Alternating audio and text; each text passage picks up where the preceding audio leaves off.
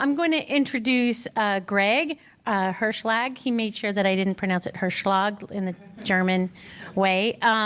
Which the interesting thing about you, Greg, as I was reading your bio, is so you're at Duke University now, but you're a UNC PhD grad, so it's just a different shade of blue that you wear now.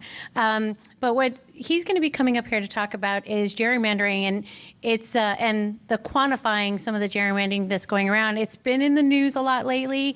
I think you guys have probably read it. I think we know more about it in North Carolina than they do in other states, as you all know. And I recently heard from Jerry Cohen last night, who was the former special counsel to the North Carolina General Assembly. Jerry came out to the town of Cary. They're on this tour to talk a little bit about the amendments. So a lot of the information that we're hearing now and the NCGA itself is due to some of the changes that have gone on in the U.S. District Court. And I think you're going to be talking a little bit about the ruling maybe and some of that information a little bit, where it was ruled that North Carolina, if you're not familiar with gerrymandering, and I had to make sure that I could get it in like a tweet. But it's the practice that's intended to create a political advantage by drawing the line within your district to one party, to one race, to one sort of group against another, right? So that's what gerrymandering is. And in North Carolina, if you've been reading that information, there was a case that was just won. I guess I don't know if you win or lose, but basically the congressional district maps have been deemed gerrymandered. So I'd like to introduce Greg up, and please give him a round of applause.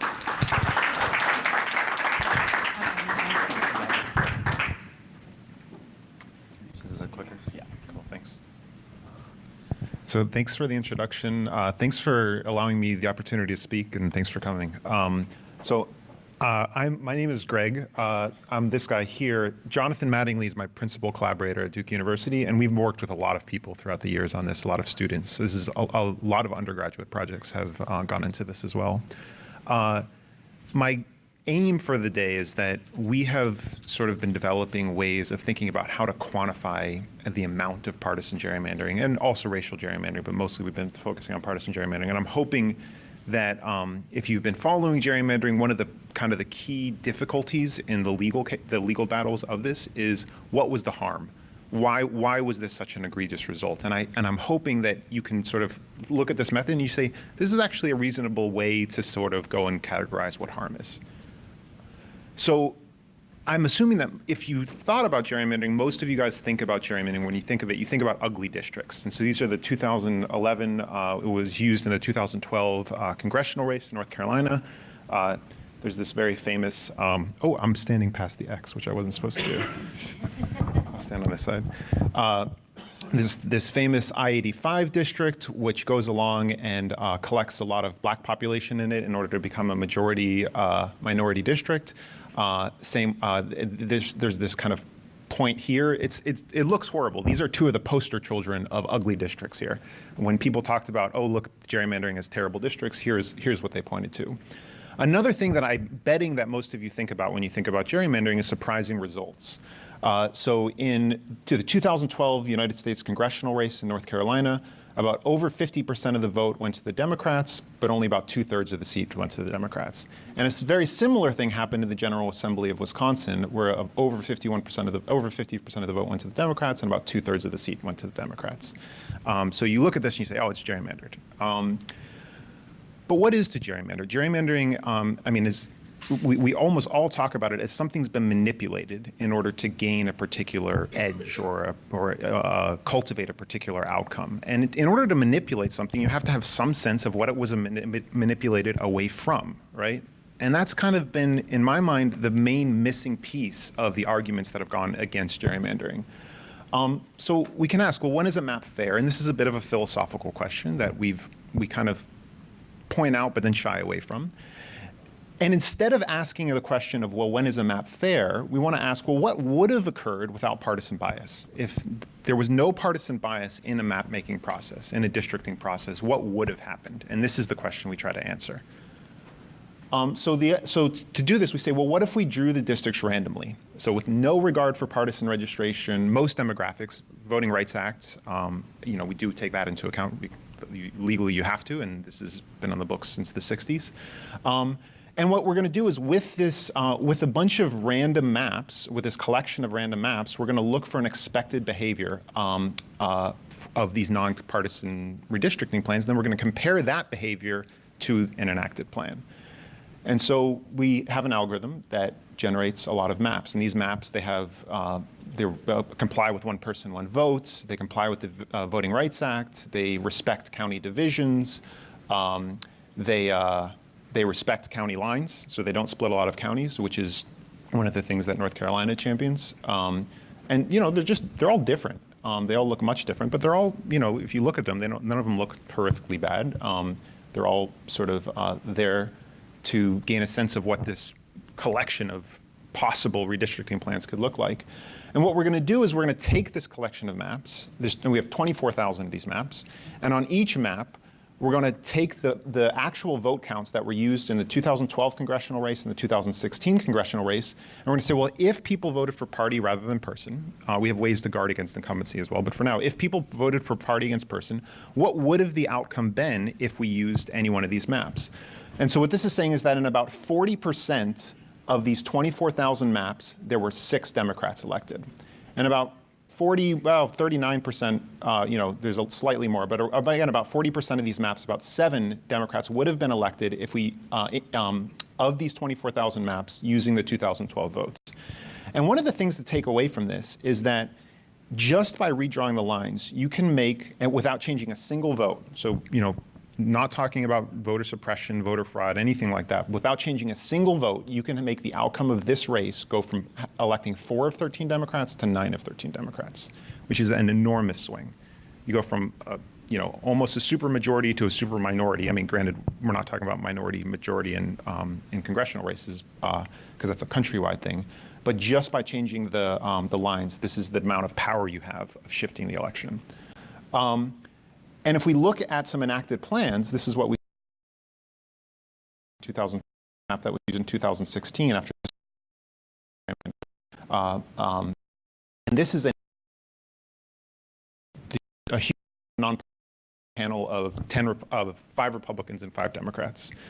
And it's not a typical result, but this result here happens 30% of the time. This one happens here 8% of the time. In our collection of maps. And so this result here, this this happens less than 1% of the time. So we have some sense of this being a very atypical or very unexpected result. One of the things that I think is a nice lesson out of this, so this is the 2012 map, this is the 2016 map, and if you look at the 2016 map, it doesn't look all that bad. There's the way that the districts are drawn are not all that egregious. But this bottom map is the panel of judges, and this kind of, if you compare the 2016 and the judges, they both kind of look fine from the eyeball test. And so one of the things you can kind of take away from this is that gerrymandering can occur in the absence of oddly shaped districts. Just having this eyeball test is not enough to say, oh yes, something is gerrymandered or something is not gerrymandered. Going back to this idea of strange results, so we repeat the process with the Wisconsin General Assembly votes. And again, this is both of these races had about over half the votes go to the Democrats and only about 1/3 of the seats going to the Democrats. In our ensemble of plans, actually, the enacted plan elected 36 Democrats. The ensemble of plans, these ensembles of nonpartisan criteria, they also elected. I mean, the mode of this distribution is 36. So, basically, it's the most likely result of about 20,000 maps that we generated for Wisconsin. So just because a result is surprising does not necessarily mean things are gerrymandered. Now, I'm not saying Wisconsin is not gerrymandered. It was gerrymandered for a different reason, but the results, the number of seats that were elected in the General Assembly was not actually a surprising result. I mean, it was a surprising result, but it was not an atypical result of a sort of a nonpartisan redistricting criteria. And I think this is surprising. You can't just look at the outcome of an election. You have to take into account all the geopolitical structure of a state. Where do people live in cities? Where are Democrats living? Where are Republicans living? And if you take that into account, you know, sometimes you're going to see these surprising results as being gerrymandered, and sometimes you're not. So the last thing I want to talk about is how can we sort of have a robust and sort of in one picture kind of convince a judge, basically. I mean, that was the goal, that something has been gerrymandered or not. And the one thing that you'll notice was missing from those earlier figures was what were the winning percentages? You know, okay, so a Democrat wins, that means they got over 50% of the vote. How much over 50%? A Republican wins similarly. How much over 50% of the vote? And so to develop a framework of visualizing this over the entire state, or over our entire districting plan, we're going to play the following game. So this is a map over here. It has 40 blue voters, each represented by a box, and 60 red voters, each represented by a box.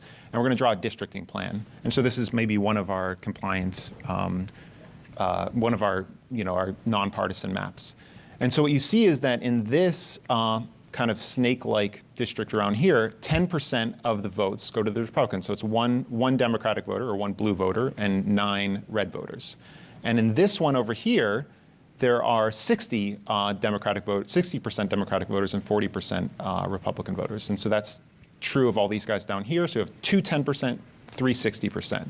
And what I'm going to do is I'm going to order these from the most Republican district. So 10% of the 10% of the voters voted for the Democrats, 10% Democrats, 60% Democrats, 60%. And you could have flipped this too. You could have said 90% Republican, 90% Republican, 40% Democrat, 40%, and so on. It doesn't matter. I mean, they're in practice, they're roughly just kind of, you know, 100 minus the other one.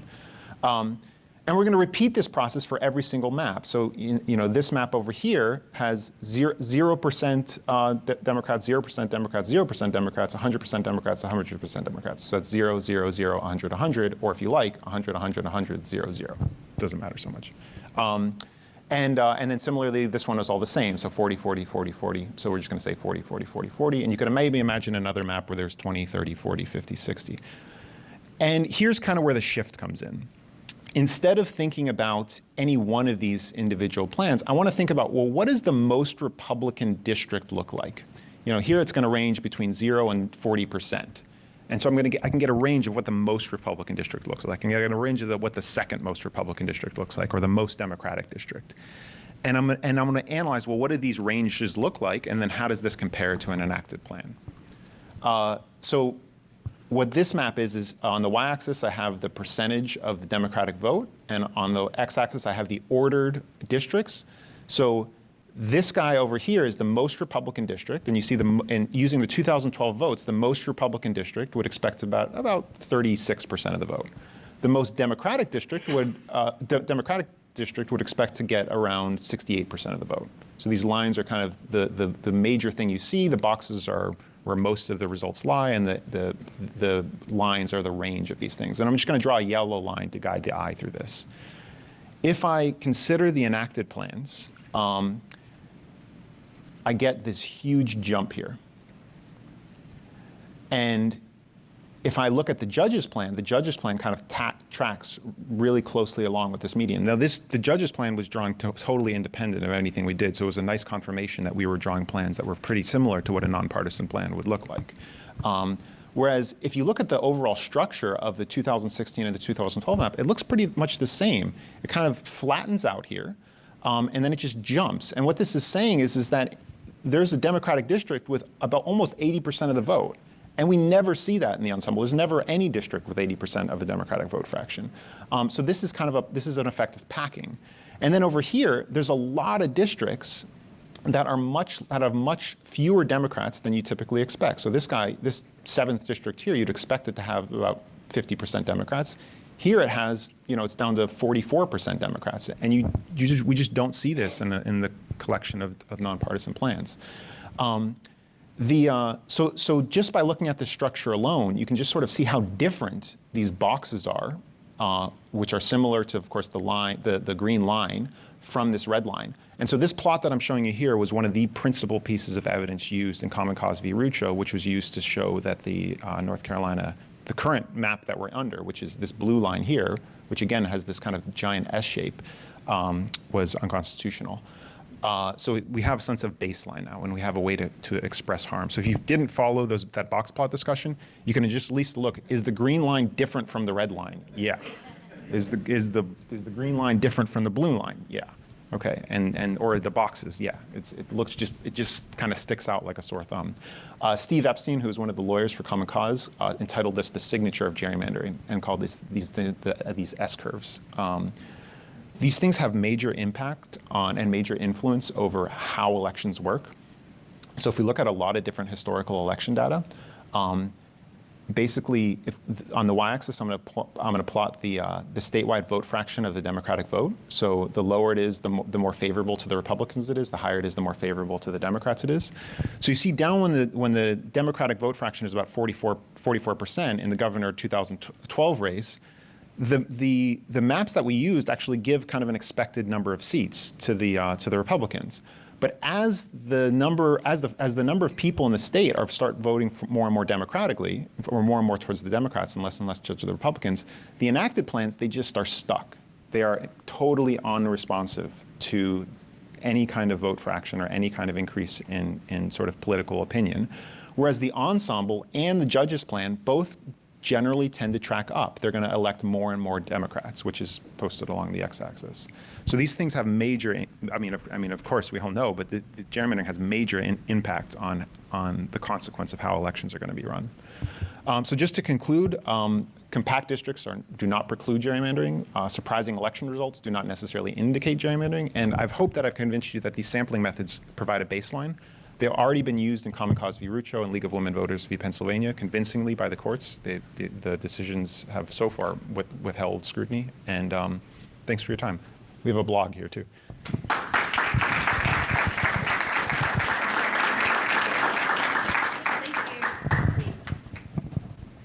Thank you so much. I think it's a really appropriate time. We do have a chance for you all to ask some questions. Greg, are you going to stay around for a while? Yeah. Okay, good. So, because we need to keep this going, I see John pointing to the lovely man who was raising his hand. So we're going to have an opportunity for you guys to talk with Greg during our break, which is